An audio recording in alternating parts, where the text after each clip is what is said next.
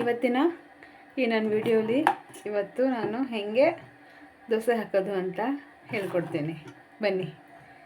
ಈಗ ತವ ಬಿಸಿಯಾಗಿದೆ, ಒಂದು ಸೌಟು ಹಚ್ಚಕ್ಕೆ ಹಾಕ್ತಾಯಿದ್ದೀನಿ. ಇದನ್ನು ನೀಟಾಗಿ ಸೆಂಟ್ರಲ್ಲಿ ಹಿಂಗೆ ಇಟ್ಕೊಂಡು ಸರ್ಕಲ್ ಶೇಪ್ ಮಾಡಬೇಕು.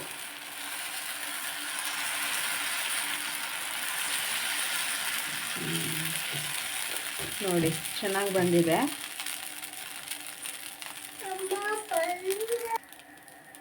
ಈಗ ಇದಕ್ಕೆ ಒಂಚೂರು ಮೇಲೆ ಎಣ್ಣೆ ಹಾಕ್ಕೊಳ್ಳೋಣ.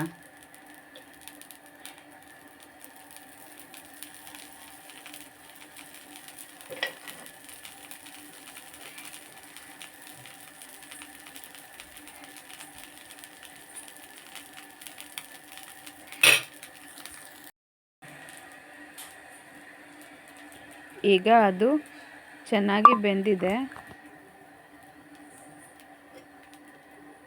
ಒಂಚೂರು ಎಣ್ಣೆ ಹಾಕ್ಕೊಳ್ಳೋಣ. ಸುತ್ತಲೂ ಹಿಂಗೆ ಎಣ್ಣೆ ಹಾಕ್ಕೋಬೇಕು, ಅವಾಗ ಚೆನ್ನಾಗಿರುತ್ತೆ ಕ್ರಿಸ್ಪಿಯಾಗಿ. ಈಗ ತಿರ್ವಾಕ್ಕೊಂಡೆ, ಅದು ತಿರ್ವಾಕ್ಬೇಕಾದ್ರೆ ಒಂಚೂರು ಎಡವಟ್ಟು ಆಗೋಯ್ತು.